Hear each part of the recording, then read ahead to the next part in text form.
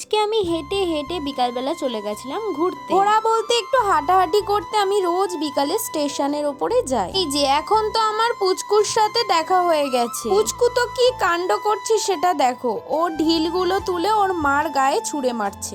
আর একটুর জন্যই তো ও মার খেয়ে যেত, কিন্তু বেঁচে গেল। প্রতিদিন তো বেরিয়ে আগেই বায়না শুরু, আজকেও তো ও একটু বায়না করে বসলো। ও এখন চিপসের প্যাকেট কিনে নিয়েছে, এখন খাবে বলে বায়না করছে। এবারে দেখো কত ঠান্ডা হয়ে গেছে, এবার তোর খাওয়া চাই। বাচ্চাদের যেগুলো খেতেই বারণ করা হয় ওরা সেগুলোই বেশি বেশি করে খায়। ওর মা তো ওর থেকে অনেকটাই কমিয়ে রেখেছিল, তাই তো ও ভাবছে এতগুলো চিপস কি হলো। ছোট্ট পুচকুকে তো ওর মা ভীষণ ঠকালো। ওর আমার হাসিটাই খুব সুন্দর লাগে, আর ওর দাঁতগুলো কত সুন্দর দেখো তোমরা। যাই হোক, ও কিন্তু খুব ভালো মেয়ে আর খুব ঠান্ডা, ও কিন্তু কখনো কান্নাকাটি করে না। সব থেকে বদ হলো ওর মা, এই যে ভিডিওতে এসে প্রতিদিনই বাহানা শুরু করে। এখন তাহলে টাটা, দেখা হচ্ছে নেক্সট ব্লগে।